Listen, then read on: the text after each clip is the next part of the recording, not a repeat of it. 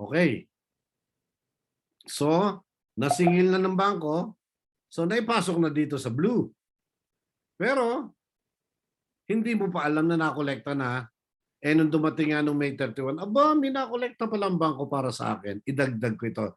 This is one reconciling item for me. Sabi niya, sabi ni Bravo Bike. O, next. A check for $490 returned with a statement had been incorrectly charged by the bank as $940. Okay. Merong nagbayad sa iyo, 490. So, ang ginawa mo, i-deposito mo. Kasama yon sa collection mo, 7,100. Kaso, bumalik pala. Hindi mo alam. Hindi agad nasabi sa iyo ng bangko. So, ang ginawa ng bangko, kung bumalik, nag-return check, walang pondo yung nag-issue sa iyo, ibinawas na agad niya rito sa blue. Sa kanyang sa record mo sa bangko. Pero hindi mo alam na bumalik, ay ibabawas mo ngayon dito kasi ipinasok mo yan sa iyong books. So, less return check. Magkano? $490. 490. Okay, next.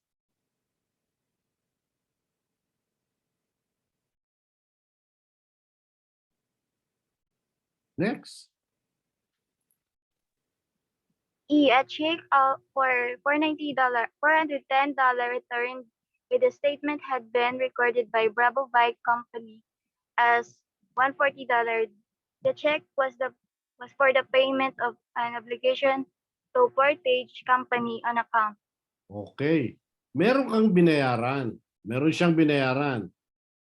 Ang dapat niyang bayaran ay 410. Eh, yung accountant niya, si Benji, iniisip yung kanyang crush. Noong magre-record na si Benji, ay ang nai-record ay 140. Anong tawag sa error na yon? Tinuro ko yon. Yung nagkabaliktad. Hindi ko lang matandaan kung anong chapter. Sino makakasagot?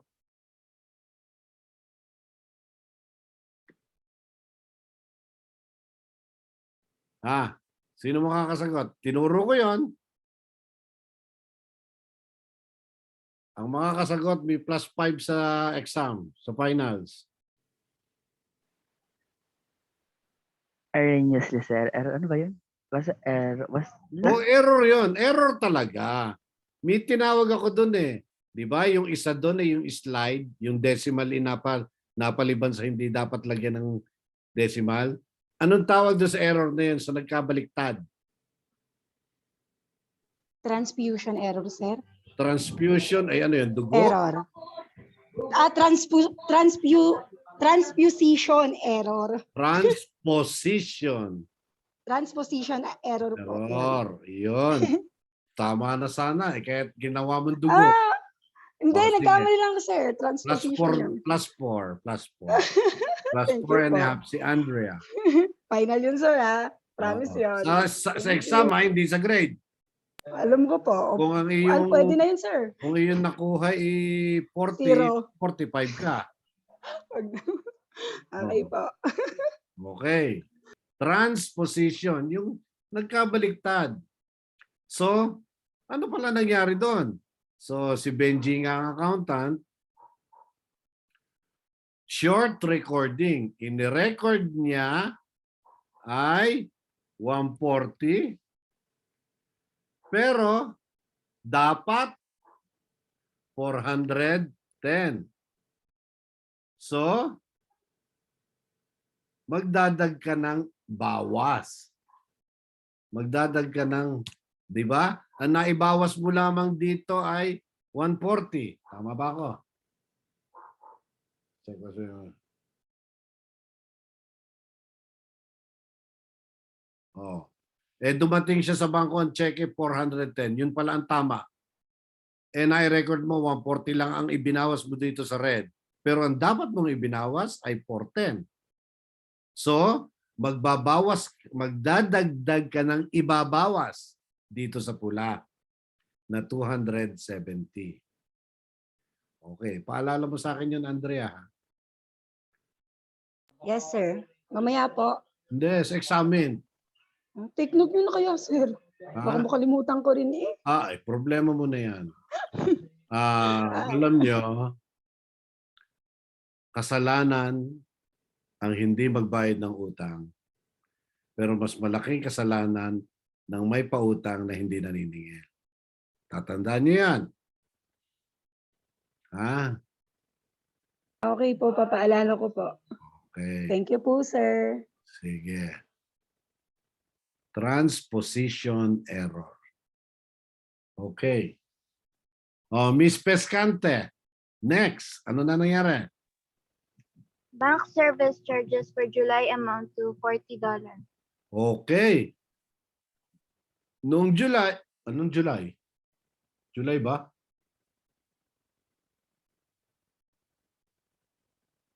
Yes po. Mayong ginagawa mo. Oh, hindi natin kasi mayong ginagawa natin. Pero normally, the bank charges service charges. Pero ibinawas na niya yung dapat dito sa blue, pero hindi mo pa na ibabawas. So dapat ibawas mo. Kaya lang, July daw, mayong ating inire-reconcile. Wala naman sinabing July kung anong taon. So wag na muna nating ibabawas. Okay. Letter G. A check for $1,100 from Elkhart Company was returned by the bank because of insufficient funds. Okay. Meron na namang cheque.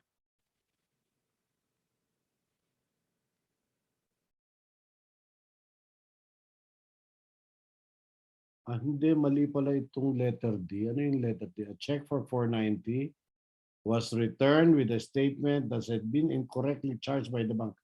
Oh, mali to. Hindi to. Hindi ko pala na. Okay. Ano yung letter D? Ulitin mo nga. Basahin mo nga ulit. A check for $490 returned with the statement had been incorrectly charged by the bank as $940. Okay. Ang sabi ng bank, nag-issue ka ng cheque, 490. This time ang nagkamali, bangko. Ha? Dapat 490. Pero, na-charge niya as, magkano? 940. Tama? So, ano nangyari dyan? Ano tunay dyan? So, kulang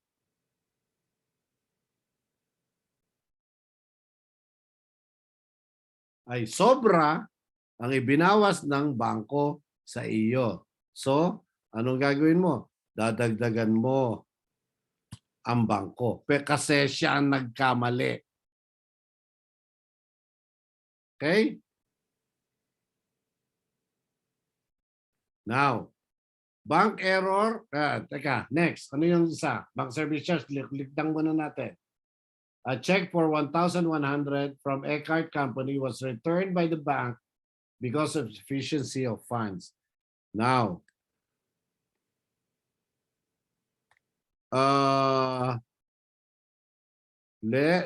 ito yung sinasabi natin.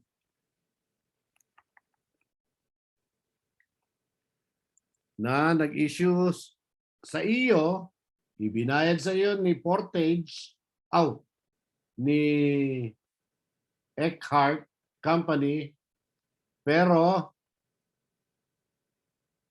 tumalbog. Ini-record mo na yan. So, ibabawas mo yan. I-record mo na yan as napadagdag sa iyo. Now, yan na lang.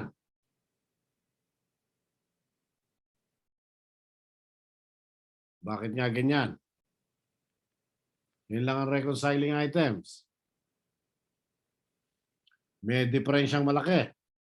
Magkano ang diferensya?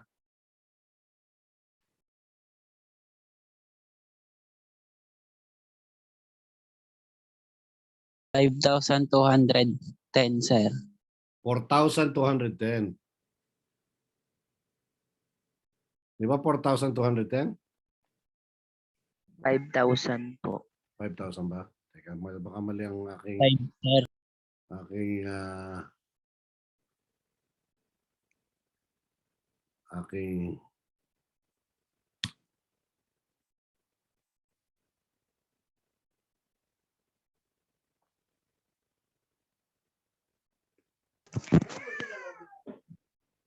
Sir, yung sa letter G po, 1,100 po yun.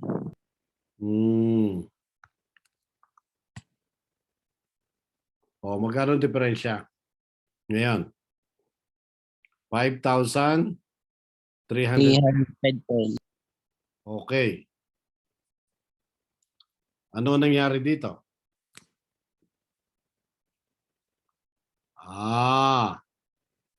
Okay. Hinuhuli tayo nito. Ang sabi ay 4,725. Nasaan na yung 4,725? Letter C. Ayun na ngayon. Collected 9,200. Deposit in transit. Checks outstanding 11,360. Deposit in transit 9,200. 4,725. 490. Return with a statement that has been correctly charged as 940. Okay, so idadagdag yon.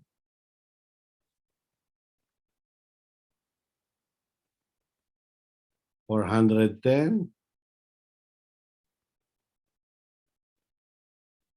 270. Bank service charge for July amounted to 40. 1,100. Okay. Ang tama daw na amount ay 23,750. Tama ng bank natin. Ha? Tama ng bank. Pero may diferensya pang 5,310. If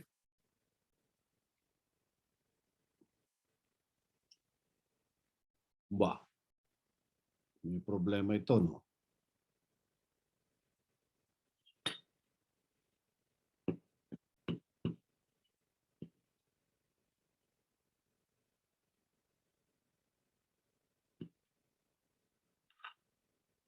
Kasi yung letter F ay hindi mo dapat tinetake up.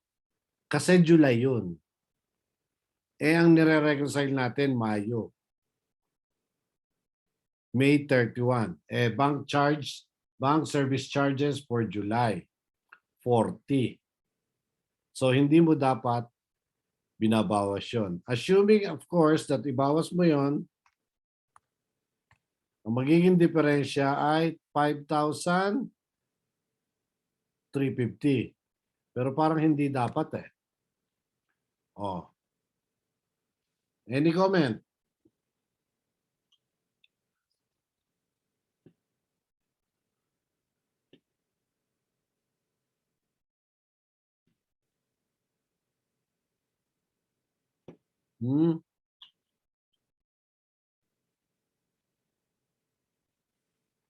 Meron itong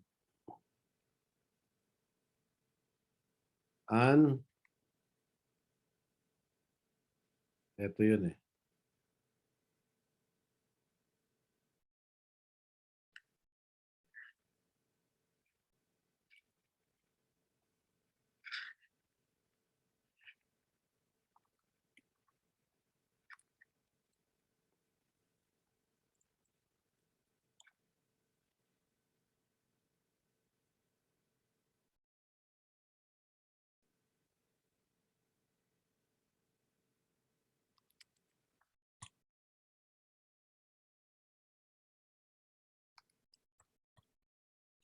since we have all taken up everything,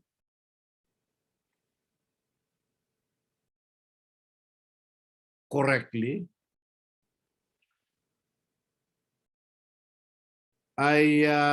we can only assume that merong deposit out of the 75,100 na hindi nakarating sa bangko.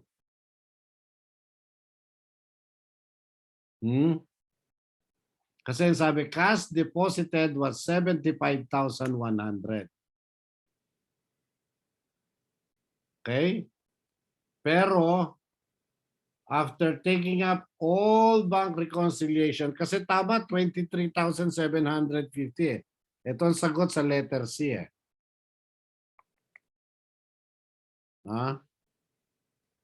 Now, hindi pa tayo tapos. So, kung nabalansin na natin,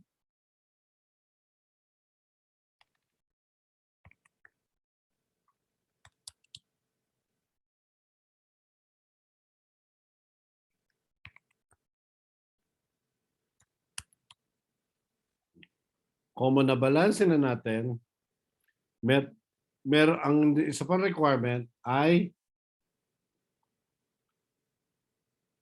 journal entries. As I have also told during the previous discussion, hindi nyo problema ang adjusting entries ng bangko. Okay? Ang inyo lang i-adjust ay ang inyong books adjusting entries. So what are the adjusting entries? Debit cash in bank, 4,725. Yung nakolekta ng bangko.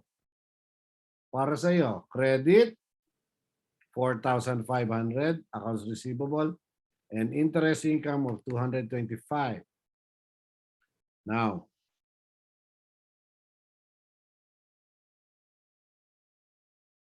ano pa? Itong 270 na i-record mo ay mali. So, ang dapat mong record 410, ang napa-record mo lang 140, may depression 270. So, magde-debit ka ng accounts payable, credit, cash. And what else? Yung bank service charges, debit accounts, receivable, kanino ito? Yung 1,100. L card,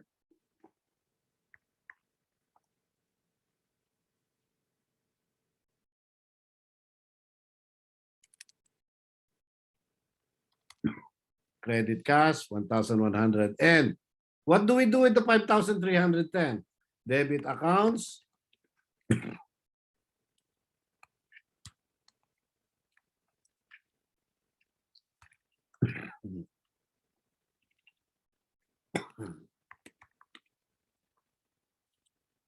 ilalagay mo yan sa receivable mo sa cashier. Kasi nawawala ang 5,310. So, babalansin na yan. At ang answer mo sa letter C ay 23,000.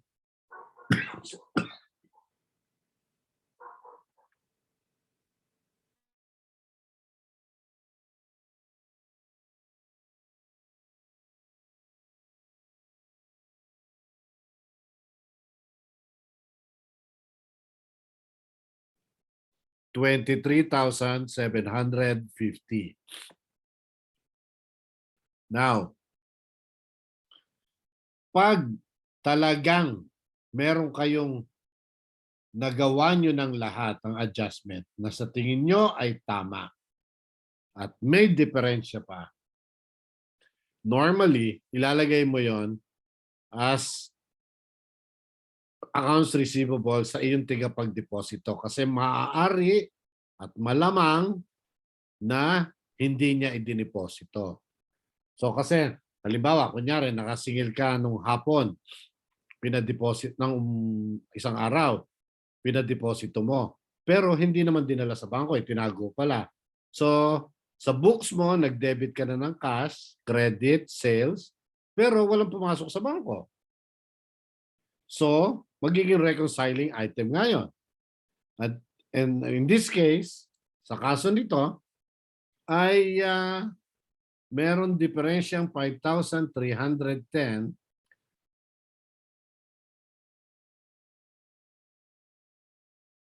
na hindi natin makita because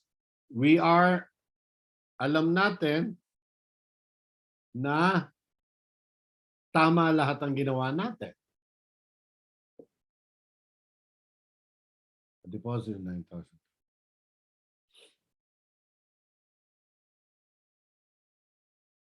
Nire-review ko lang uli. Baka may mali ako, pero parang wala naman. Ulitin natin. Letter A. Checks outstanding 11,360 should be, eto yon. Tama ito. Ibinawas mo na sa bangko mo, sa iyong book, sa kulay pula, pero hindi pa nakakarating sa bangko. So, it's a reconciling item for the bank. Letter B. A deposit of 9,200 representing receipts as of May 31 has been made too late to appear on the bank statement. Ibig sabihin, hindi umabot sa bangko. So, nai-record mo na yun sa books, sa red, hindi pa pumasok sa bangko. So, yun ay dapat adjusting entry para sa bangko. Letter C. The bank has collected for Bravo 4,725 on a note left for collection. The face of the note was 4,500. Nakasingil ng 4,725 na i-record na ng bangko na pumasok sa account mo. May interest pa 225. So, reconciling item yan ng books mo ng pula. Now, what else? A check for the 490 returned with a statement that has been incorrectly charged by the bank as 940. So, merong 490 na ibinawas ang bangko, 940 ay binawas ang bangko, pero ang dapat 490. So, 450 ang reconciling item ng bangko. Silang may mali dyan, hindi ikaw.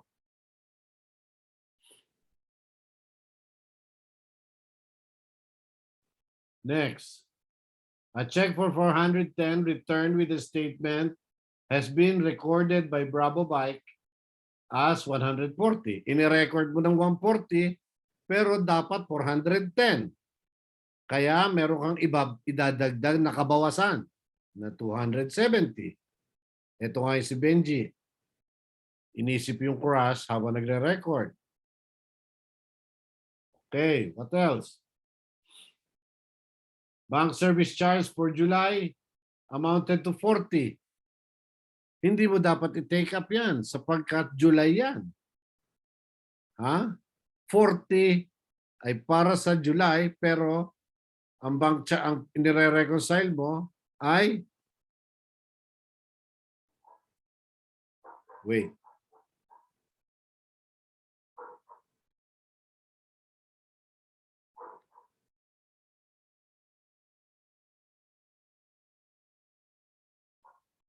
Dapat didagdag dito.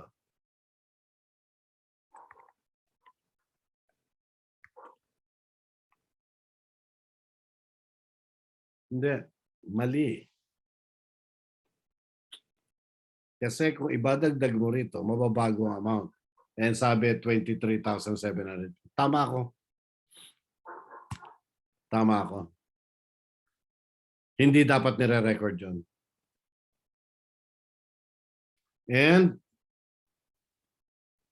the difference between the adjusted bank balance is and your book balance that should have been adjusted balances is 5,310. So we cannot find it So it seems merong anomaly. Kaya ilalagay mo sa accounts receivable mo yon sa cashier. At yan ang yung adjusting journal entries. Any question?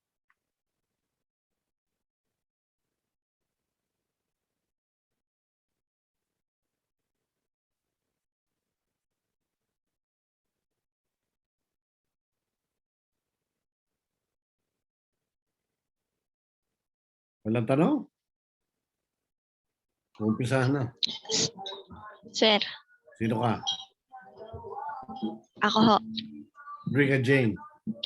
Sir, Ano? paano po nakuha yung Ano? yung 5,310? O, di gandang wala ito eh. Yan ang balanse. So, binawas lang. Yun. Sige po. Thank you po. Hmm.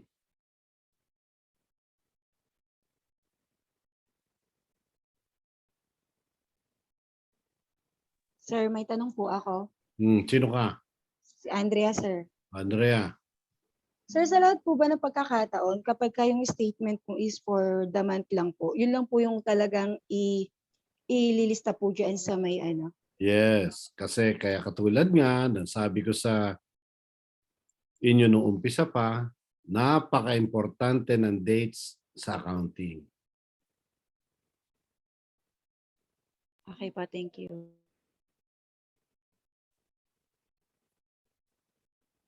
Pwede tayo mag-umpisa doon sa isa. Chapter 9. Wala nang tanong? Mahaba ba to? Maigsi lang to. 72 slides lang eh.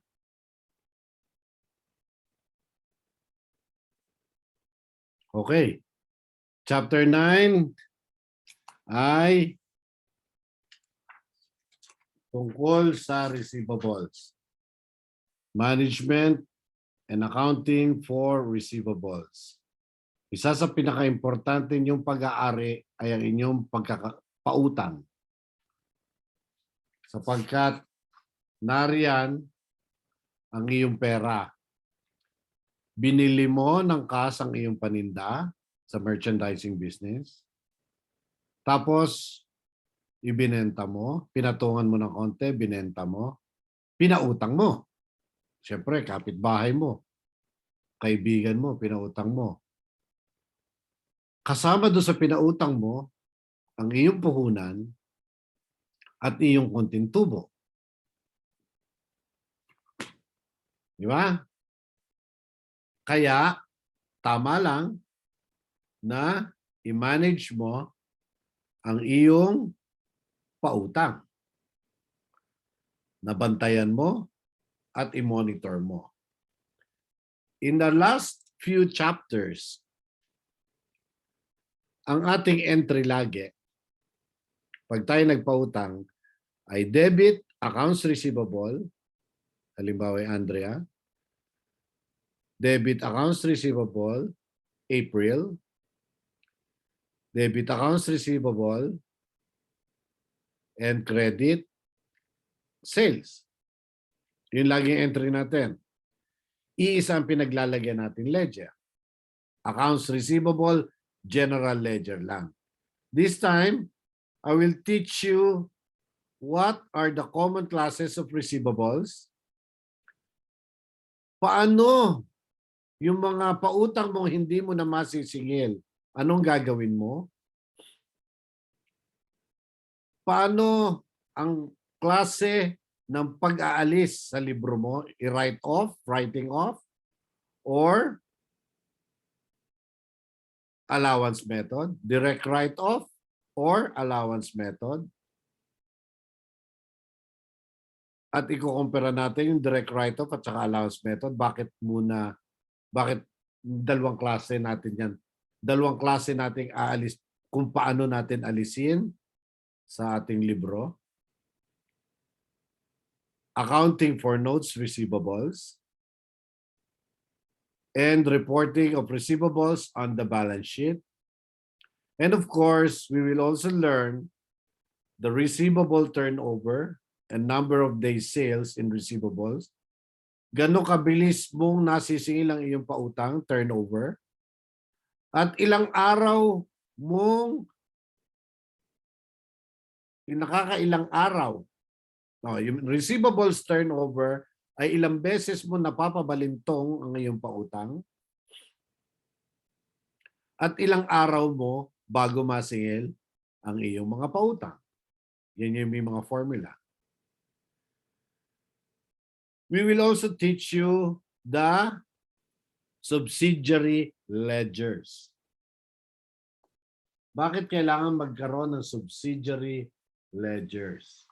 Sapagkat kailangan makita mo kung magkano ang pautang mo kay Andrea Karakaraka, magkano ang pautang mo kay April agad-agad, at para mas mabilis mong ma-monitor. So, ano-anong klase muna ng receivables? Accounts receivables are normally expected to be collected within a relatively short period of time, such as 30 or 60 days. Ang pautang mo sa tindahan, katulad din ng pautang sa iyo ng mga nagtinda sa iyo, ay pinakamatagal na dapat, normal ay 30 days at pinakamatagal na ang 60 days. Kasi kung masyado nagtatagal ang iyong pautang, dyan lalabas na hindi mo napapaikot ng husto ang iyong kapital. Tandaan yung cycle, yung business cycle na pinakita ko sa inyo. Bibiling paninda, titinda, bibili uli ng paninda, titinda. Kung napapako lahat sa receivables ang iyong benta, anong gagawin mo? Wala kang pambibili ng paninda. Naubos ang paninda mo, lahat nasa pautang. Kaya dapat sana, normally sa big businesses, even small businesses, ay dapat naglalaro lang sa very short period of time, depende rin sa usapan, but kung walang usapan, ay sana ay mga 30 days lamang. Now, ano naman ang notes receivable compared sa accounts receivables? Accounts receivable usually yan ang pautang mo sa iyong tindahan. Ang notes receivable naman ay yung may mga utang sa iyo na may formal na silang pinirmahan at ibinigay sa iyo. Kaya nga notes receivable nag-issue sa iyo ng promissory note. Okay? So that's the only difference between the two. Umutang sa iyo, halimbawa may tindahan si Benji.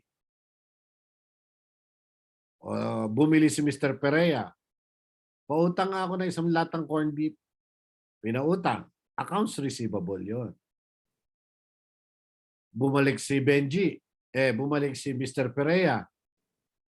Or dumating si Miss Rica Jane. Benji, pautangin mo nga ako dyan ng 100 piso. Ito ang aking promissory note na nangangako ako na magbabayad ako sa iyo. Pirmado ko ito, babayaran kita ng interest. Nangangako ako na magbabayad ako sa iyo within 30 days. Ito, nasa isang papilyon. May interest na 5%. Ayan.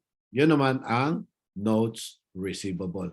Basta merong formal na instrumento, katulad nga nun, promissory note, na ibinigay ang iyong pinautang, ang tawag doon ay notes receivables.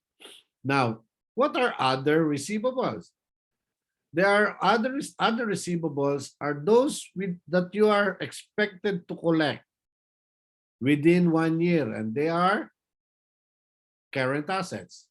But for those receivables that are classified as non-current and reported under the cash, they should be reported as investments.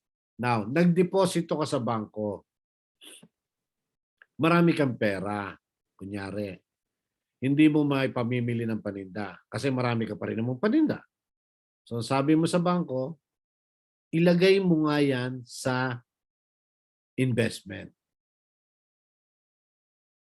Pagkalagay mo sa investment, may pautang ka sa bangko. Kasi ini-invest yun ng bangko, inutang sa iyo ng bangko. Yan ay other receivables. Depende, pag 1 year or less, current asset yon. Pag mahigit na 1 taon na, ay non-current asset ng tawag doon. Kasi pangmatagalan na yun.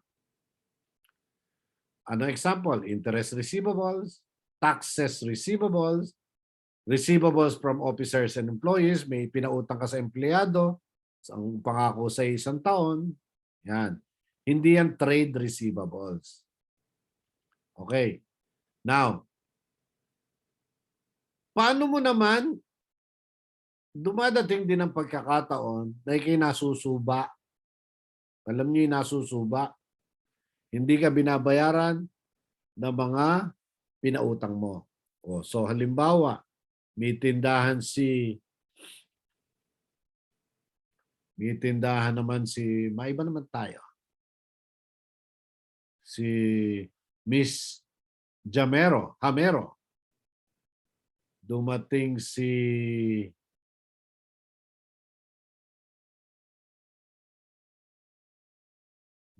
si Miss Jerry Malabanan.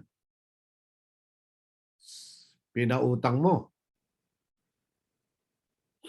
Nung makautang sa iyo, kilala mo, kaklase mo, hindi na bumalik sa iyo. Pinautang mo 2 latang corned beef. Hindi na bumalik sa iyo. Nakagraduate na kayo ng accounting, CPA na ikaw, hindi ka pa rin binalikan. Nasa asset mo pa yon, di ba? Kasi accounts receivable. Pero, masisingil mo pa ba? Kasi tinakbuhan ka na. Hindi mo na masisingil yan. Sa totoong buhay, hindi mo na siya masisingil. Kasi siya ay uncollectible receivables na. Now, ang question dito ay paano mo ire-record yon para mawala sa iyong assets? Kasi laging nasa assets mo yon at yung alam nyo, ng accounts receivable ay nasa current assets. Ang totoo, hindi mo na masisingil. So, dapat alisin mo na yon sa iyong accounts receivable. So, what are the accounting for? Kasi, ito kasi hindi na uso yung factoring na ito. Nung araw, nung babago akong graduate, may mga bangko na tumatanggap ng factoring. Ang ibig sabihin yan, ang iyong pautang ay binibili ng bangko. Hindi na uso yan ngayon. Kaya hindi na natin masyadong i-discuss. So, halimbawa, marami kang pautang, kinakapos ka ng cash, sabi mo sa bangko, bilhin mo na to. Bawasan mo na lang, say, ng 5%, pinaka-interest. At pag singil ko, bayaran ko sa iyo. Ganun yon. Or, pwede, depende sa usapan nyo, ikaw na maningil sa bangko, sasabihin mo. Pero ngayon, panahon ngayon, hindi na yan uso. Wala nang gumagawa niyan ngayon. Kaya hindi na natin pag-uusapan masyado yan. Ang tawag dyan ay receivables rediscounting. Wala na yan ngayon. Now, kung ano man ang ingat mo sa pagpapautang, makita mo si Mr. Perea ay magaling magbayad dati, pinautang mo ng pinautang. Biglang humina pala ang kita niya, nahirapan na siya magbayad ng utang. Si Mr. Manito, dati okay na okay magbayad, pautangin mo ng 1 corned beef, bayad agad, pagka 1 linggo, umutang ulit, 2 corned beef, bayad agad, 1 linggo, umutang ulit, 3 corned beef, bayad agad, 3 linggo. Habang nagtatagal, humihina ang connection sa kanya. Kaya hindi mo maiiwasan hindi nyo maiiwasan na magkaroon ng uncollectible receivables. At yan naman ay dapat alisin muna sa accounts receivables. Kasi ang tawag dyan ay bad debt na. Bad debt expense mo na yan. Or uncollectible accounts expense or doubtful accounts. Kaduda-duda ng gastos. So whatever you call it, kung ano man na nasa chart of accounts, yun ang susundin natin. But more often than not, malimit, bad debt expense ang tawag. Bad debt yan ha, silent B. Hindi yung debt na patay. Ha? Death yon. Ha? Iba yon. Iba yung debt. Kesa sa death. Yung death, patay. Yung death ay patay. Yung medyo may patalsik ng laway, death.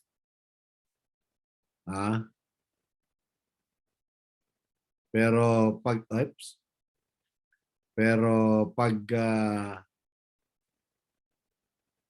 bad debt na masamang pautang, ang tawag dyan ay death. Debt. Okay? Alright.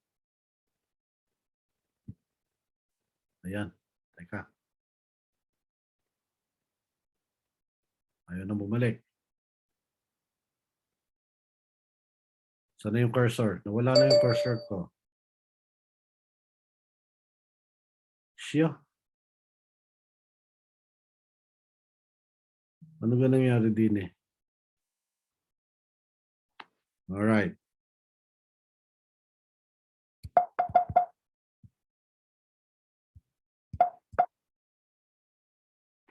Pakinggan.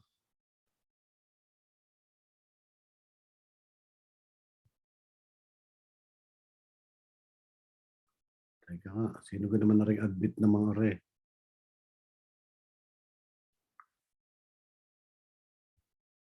Stop share nga muna natin. Share. Yun. Bad debts. Okay. So, paano mo malalaman kung ang iyong pautang ay hindi mo na masisingil? Yan. There are indications. Merong mga mapapansin kang nangyayari. Una-una, ang iyong receivable ay matagal nang nasa accounts receivable. Or ibig sabihin, past due, mahigit ng 30 days, mahigit ng 60 days. So, posibleng hindi mo na siya masingil. Ang customer, text ka ng text, hindi nasagot sa iyo. Kaduda-duda na yan. At sa Amerika, uso kasi yon. Pag bankrupt ka na, magfa-file ka ng bankruptcy, hindi mo na siya pwedeng singilin. Kasi nabangkarote na siya, pero dito sa atin, ang sinisingil pa rin, hindi masyadong uso yung walang bankruptcy law dito sa atin. And yung tindahan niya ay sarado niya. Opisina niya, sarado na. Hindi mo na siya makita. Yun. You cannot locate the customer. Now, there are several ways for you to write off or tanggalin sa iyong accounts receivable ang mga pautang mong hindi mo na masisingil. Una ay yung direct write-off method. At yung pangalawa ay allowance method. Paano yung direct write-off? Debit kagad ng bad debt expense, credit, accounts receivable. Talagang wala nang ano yun. Wala nang balikan. Yung allowance method naman ay medyo ilalagay pa muna sa allowance. Parang magkakaroon ng contra account ang iyong accounts receivable, parang katulad sa depreciation, may contra account. And I'll show you now. Now, May 10, 4,200 accounts receivable from DL Ross has been determined to be uncollectible. Ito ang direct write-off. Debit bad debt expense, credit accounts receivable, DL Ross. Diretso na. May 10. Kunyari. Biglang tumama sa loto. Si Ross. Nagkapera noong November. Binayaran ka. Ito yung pinag-uusapan natin direct write-off. Ha? So, ibabalik mo siya sa accounts receivable. Binayaran ka, November 21. Debit accounts receivable uli. Credit bad debts. And debit cash, credit accounts receivable. Ganun kadali. Noong May 10, hindi mo makita si Ross, ay, wala nang pag-asa to, sabi mo. Debit bad debt expense, credit accounts receivable. Ito yung direct write-off, ha? Biglang sumulpot sa tindahan mo na November 21. Hoy, Mr. Benji, kumita ako. Tumama ako sa loto. Babalutan kita ng pera. Babayaran ko utang ko sa iyo. Siyempre, ilalagay mo muna uli sa accounts receivable. Debit accounts receivable, credit bad debts, i-reverse mo itong entry na to at saka mo ilalagay debit cash, credit accounts receivable. Ganun kasimple. Direct write-off method. Ngayon, kung hindi naman siya dumating, edi ito na hanggang sa katapusan ng taon. Now, i-reinstate mo muna at saka mo ipapasok yung receipt of cash. Yan, may sample yan. Pwede niyong practicean yan. Now, ano naman yung allowance method? By the way, huwag kayo mag-alala, sinasabi ng problem. Kung ano ang kanya. At pag may nakita kayong account ng allowance for bad debts, ibig sabihin, allowance method ang ginagamit niya. On December 31, Exton estimates that a total of 30,000 of the 200,000 balance of their accounts receivable will eventually be uncollectible. E-estimate, nag-estimate yan. Sabi niya, nung katapusan ng taon, mga 30,000, baka hindi ko na masingil. Baka, ha? Baka, take note. Baka hindi ko na masingil. So mag-e-entry na ako. Debit bad debt expense, credit allowance for doubtful accounts. Pansin nyo, hindi agad inialis sa accounts receivable. Notice that it was not removed agad. Katulad nitong direct expense na ito, direct write-off method, tinanggal agad sa accounts receivable. Nung magbayad, ibinalik at saka tumanggap ng cash. Pero yung allowance method, debit bad debt expense din, pero merong credit allowance for doubtful accounts. Allowance. Kasi estimate lang niya yung 30,000. Hindi niya sigurado. Maaring hindi na masingil, maaring masingil pa rin. That's good. Okay? So, what happens now? Walang specific customer account dito kasi ito'y contra account lamang. Baka sakaling ito ay hindi na masingil. Yun yun. So what happens now? So magkano ang iyong accounts receivables na lamang neto? 170. Kasi yun ang estimated mong net realizable value of your accounts receivable. Sapagkat sabi mo, baka yung 30,000 ay hindi ko na masingil. The adjusting entry reduces the receivables to the net realizable value and matches uncollectible expenses with revenues. On January 21, o December 31 yan ha,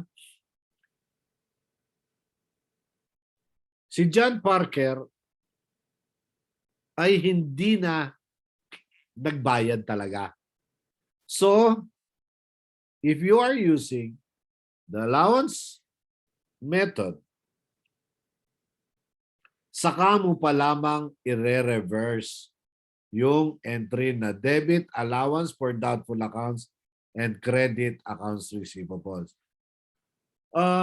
Ano significance nitong allowance method? I think this is more being used, more commonly used yung allowance method sapagkat hindi mo talaga masasabi kung masisingil pa o hindi na masisingil o masisingil pa rin ang iyong accounts receivables. Sapagkat maaaring nalulugi ngayon, nahina negosyo ng iyong mga customer, kaya hindi nakakabayad. Akala mo hindi na magbabayad, pero yung pala ay makakabayad pa rin.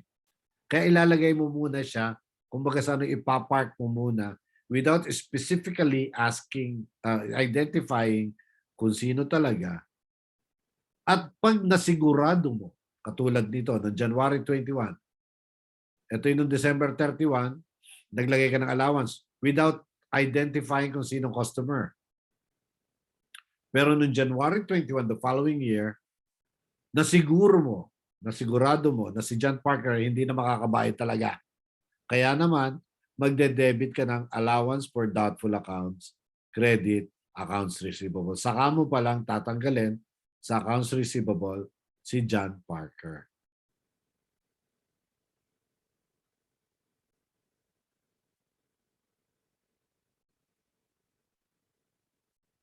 Yung allowance method, parang ganito. Ilalagay mo muna sa isang balde, ihihiwalay mo lang na baka ito hindi ko na masingil. At pag talaga hindi mo na masingil, saka mo itatapon lamang. Hindi katulad ng direct write-off, tapon mo na agad yung iyong receivables. Kasi sinigurado mo agad na hindi na masisingil. Pero nakatulad ng example natin, minasingil pa rin. Now, tatanong yung susunod, Sir, paano namin malalaman kung direct write-off or allowance method ang ginagamit?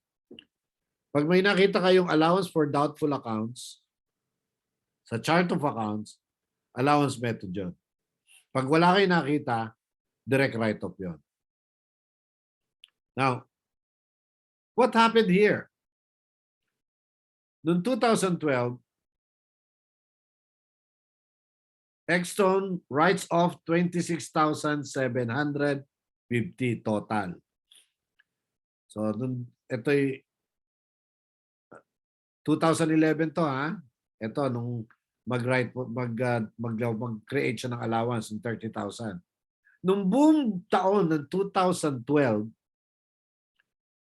ang nai-write off niya, meron siyang hindi na singil, na 6,000, yun na nga si Parker. Meron pa siyang 3,009 na hindi na masisingil. Nag-total ng 26,750 nung buong taon. So, magkano na lang natitira sa iyong allowance for doubtful accounts? 3,250. Ano na naman mangyayari nito sa December 31, 2012?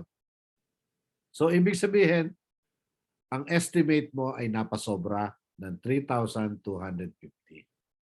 So, December 31, 2012 na naman. So, what will you do? If Exxon is written off 32,100, yan. Wait. 3,250 natitira.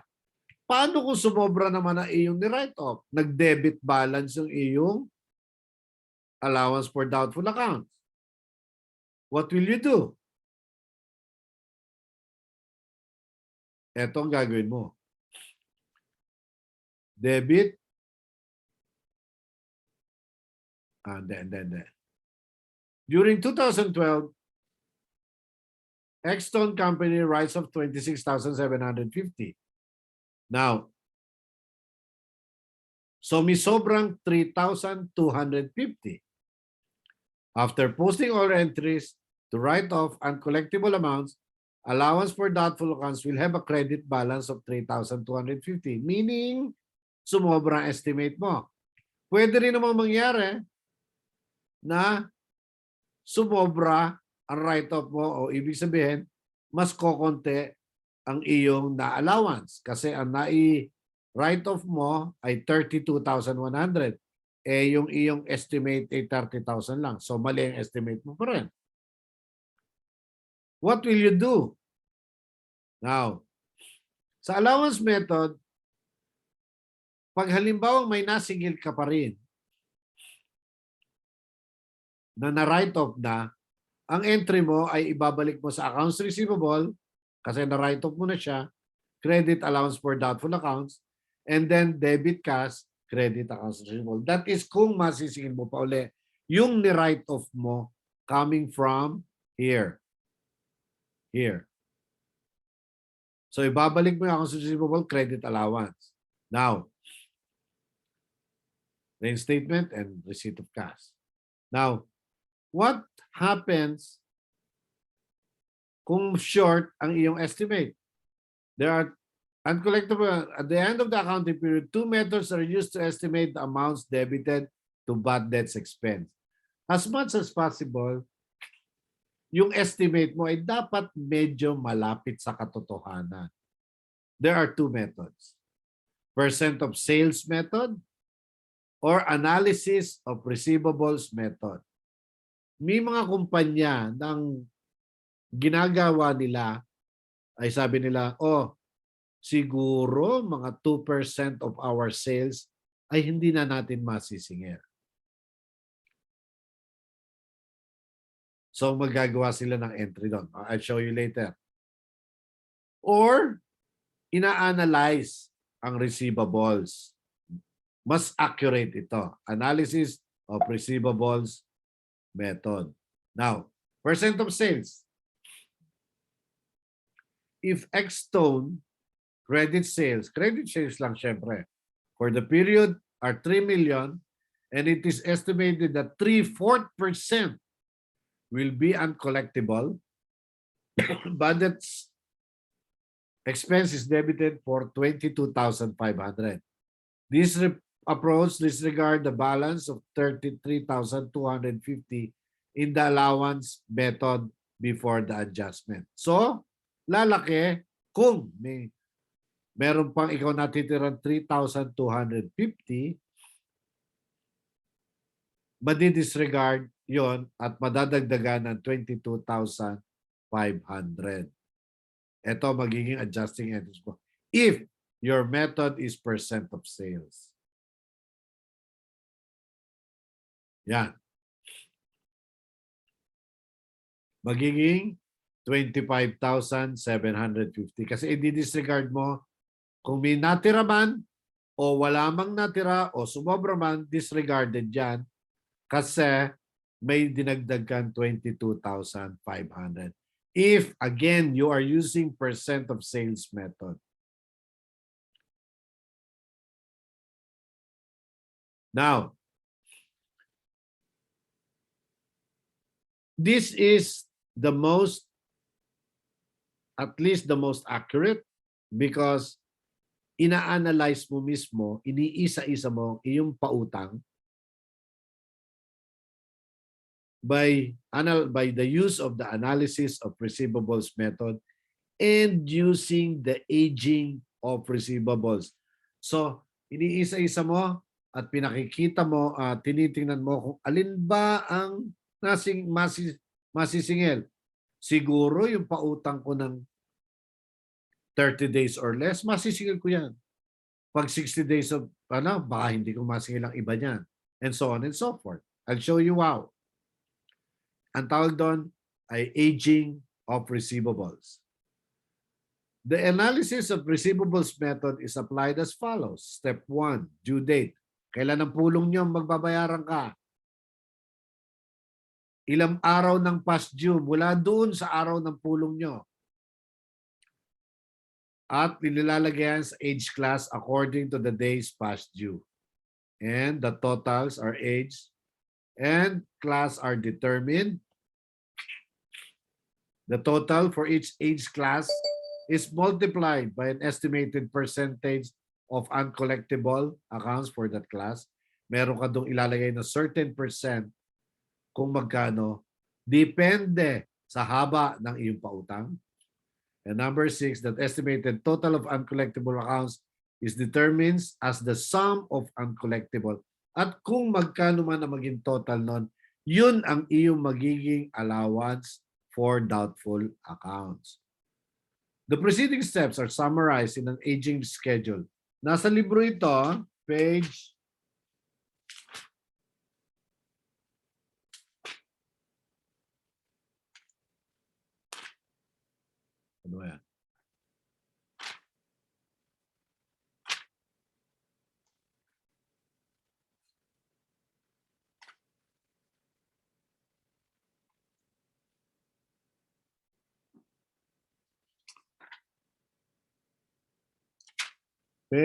478, review nyo yan. At makikita nyo. Ito yung Exhibit 1, which is in the book. Exhibit 1. Ano yun?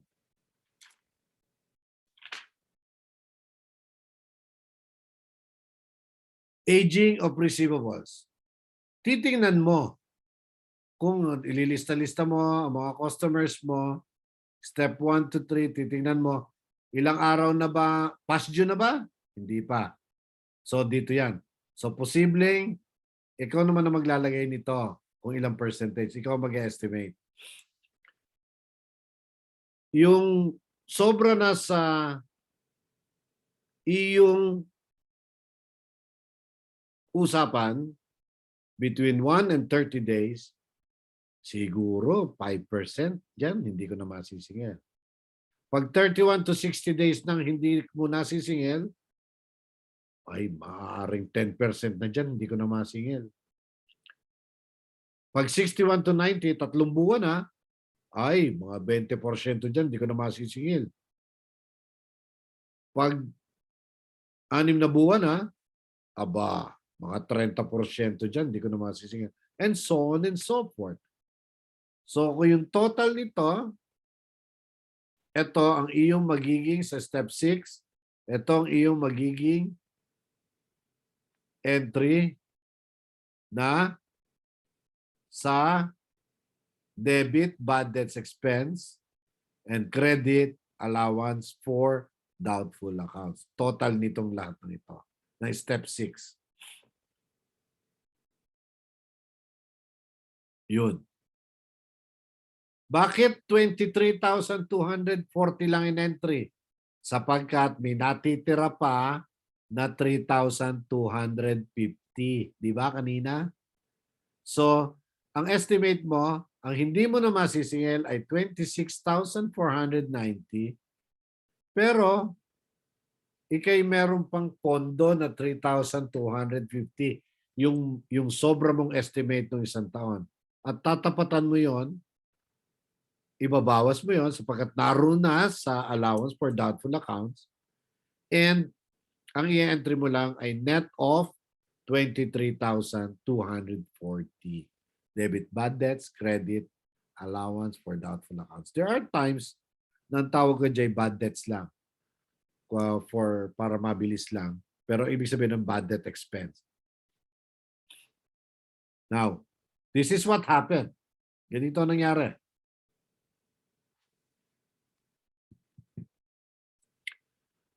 Noong mag-entry ka ng debit 23,240 bad debt expense, credit adjusting debit credit 23,490, ang magiging balanse mo ay 26,490, which is ayon sa iyong estimate na 26,490. Hindi na 30,000 kasi meron ka ng bagong estimate for 2012.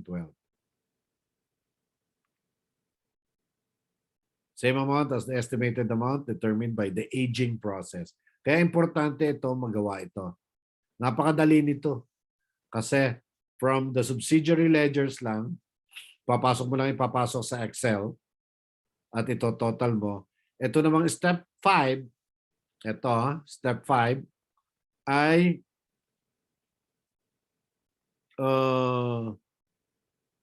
ikaw na mismo naman ang mag-estimate yan. Wait. Ikaw ang mag-estimate yan. Ayon sa iyong estimate, sa iyong experience, sa iyong pagnenegosyo. Yan 2%, 5%, 10%, 20% ay hindi laging ganyan. Depende yan sa iyong experience sa management mo na iyong mga pautang. Kaya yan ay nagbabago. Hindi ganyan lagi ang lumalabas sa bawat isang negosyo. Depende sa negosyo. And it really depends on how you manage your accounts receivables. So, ang bagong estimate mo na for 2012 is 26,490. Amongst sa Amerika, miski dito sa atin, the most commonly used is the analysis of receivables method because that is the more accurate in terms of estimation of bad debts. Pag-estimate ng bad debts. Mas accurate yon. So, yung percent of sales, bihira ang gumagamit nun. Kasi nga, itong estimation by analysis is more accurate. Now, how do you compare direct write-off and allowance method? So yan, nasa libro rin yan. Yan ang mga entry. Exhibit 3.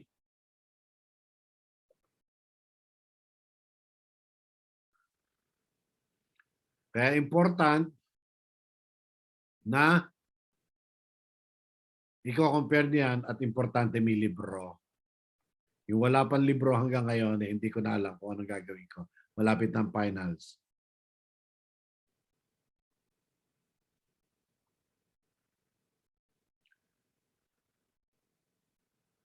Ito ang main difference. Bad debt expense is recorded diretso sa direct write-off. Kaya nga direct. Allowance method ay baka ito pa lang. Tipong ganon. Baka ito ang magiging hindi ko masisingil. Yung direct write-off, ay hindi ko na masisingil yan. Ganon yun. Kaya nga lang, may offside ang direct write-off. Paano kung magbayad ulit? So, ibabalik mo ulit. So, hindi rin ganun ka-accurate. Now, paano ang accounting for notes receivables? Depende yan.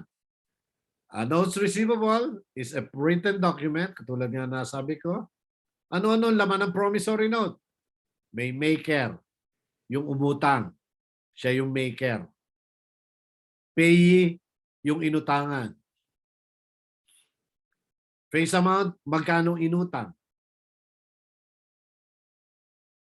Kailan umutang? Issuance date. Kailan magbabayad or maturity date?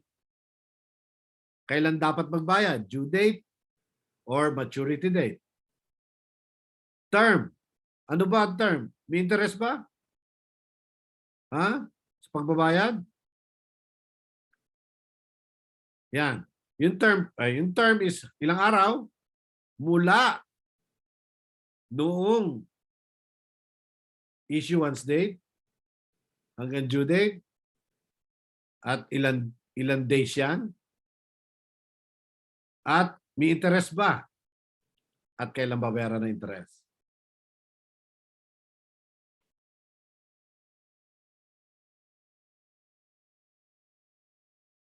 This is an example of a promissory note. Marami klase, marami itsura yan.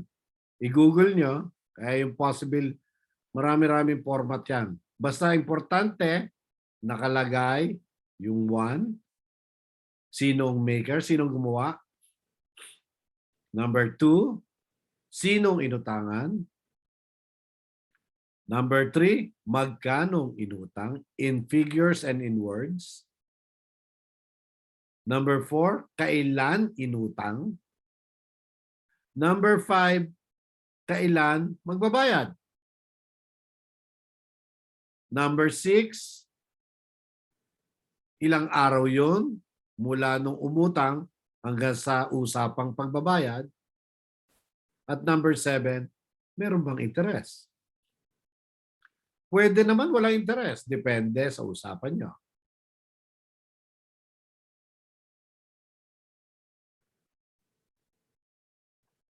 Maturity value is the amount that must be paid on the due date. Kung magkano, kasama ang interest kung meron man silang usapan. What is the due date of a 90-day note? Kung ang ginawa mo ng March 16, there are 31 days in March, minus 16 is equals to 15, plus April, plus May, plus 14 of June, dapat ang due date. Kung ang ito yan ha, ulitin ko. What is the due date of a 90-day note? 90 days. Mula March 16. Kung March 16 umutang. Di ba ang March 31 days? Minus the issuance date is there are 15 days remaining in March. Ilang araw sa April? Ilang araw sa May? At sa June, 14 days na lang to total 90 days.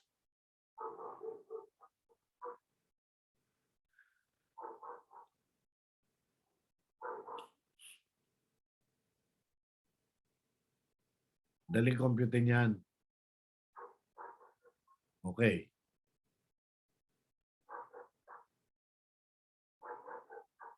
Okay? Now, there are times na accounts receivable mo na biglang mag-i-issue sa iyo ng cheque post-dated or promissory note. I-reverse mo ngayon yun kasi notes receivable na siya. Tulad ng sabi ko dati, pag merong in-issue na promissory note, notes receivable na siya. At hindi na siya accounts receivable.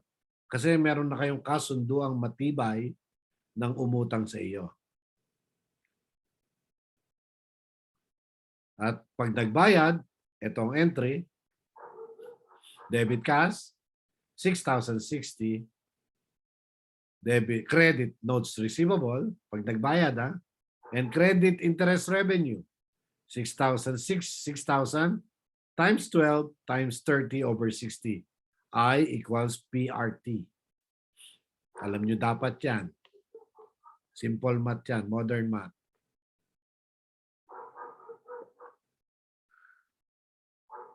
Now, there are times na yung notes receivable mo ay hindi nababayaran ng oras sa oras or dishonored or tumalbog yung cheque. Ibabalik mo ngayon siya sa accounts receivable. Pero mag-a-accrue ka na ng interest. Ang receivables mo ay 6,060 na. Kasi pasay na yung notes, yung promissory note na binigay mo. Binigay sa iyo. Kaya accounts receivable na uli. Pero ipapatong mo na yung interest.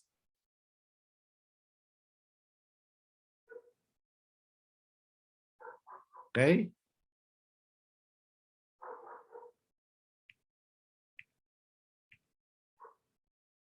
Where do you report the receivables on the balance sheet? Sa yan. Sa assets, current assets. And that is how you present it. Net, yung 292,700 in our example is the net realizable value after deducting the allowance for doubtful accounts. Now, bakit importante na malaman natin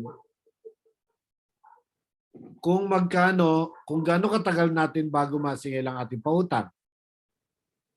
This will show you how good you are in your management of your receivables. Now, the accounts receivable turnover measures how frequently during the year the accounts receivables are being converted into cash. Ilang beses mo na nako-convert or ilang beses mong nako-convert sa cash ang iyong pautang. There is this formula. Accounts receivable turnover is equals to net sales over average accounts receivable. How do you compute for the average accounts receivable? Previous years ending, beginning plus ending divided by 2. Para rin yan sa sa inventory. Katulad ng diniscuss natin. Kaya nga lang, receivables. 8.1. Noong 2009, 8.1. 2008, 8.1. Anong ibig sabihin nito, sir? Anong ibig sabihin nito, sir? 8.1 beses mong pinabaliktad ang iyong pautang noong taong yon. So, medyo maganda. Hindi ka pangita. Ilang araw yon? Average receivables over average daily sales. How do you compute for the average daily sales? Alam niyo na how to compute for average AR, accounts receivable. Now, dito niyo makukuha yan. Sales. Average sales, this plus this divided by 2.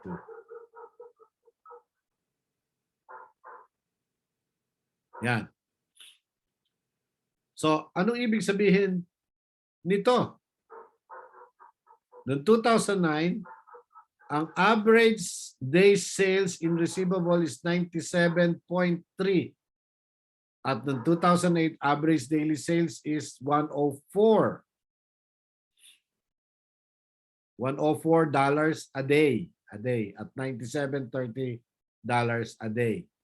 So, computing for the number of day sales, where did you get the 4403? It is the average accounts receivable. Over 97.3 is 45.3 at sa 2008, 45.1. Anong significance nito?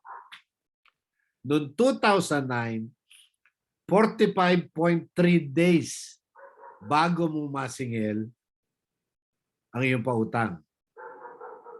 At noong 2008, 45.1 days. Ibig sabihin, mas maganda ang collection mo noong 2008. And this is an example which is also in your book as an example. Now, in this example exercise, ang turnover ng 2012 ay 7.2. At yung turnover ng 2011 is 6.4. Ang ibig sabihin, noong 2012, 7.2 times mong nasingil at nakapagpautang muli. As compared sa 2011, 6.4 times mong nasingil at napautang uli. Which is 50.7 days na pautang mo siya bago mo masingil at noong 2011 ay 57.0 days.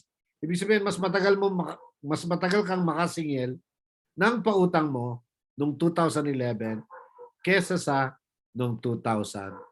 You review this again because these are all in your book.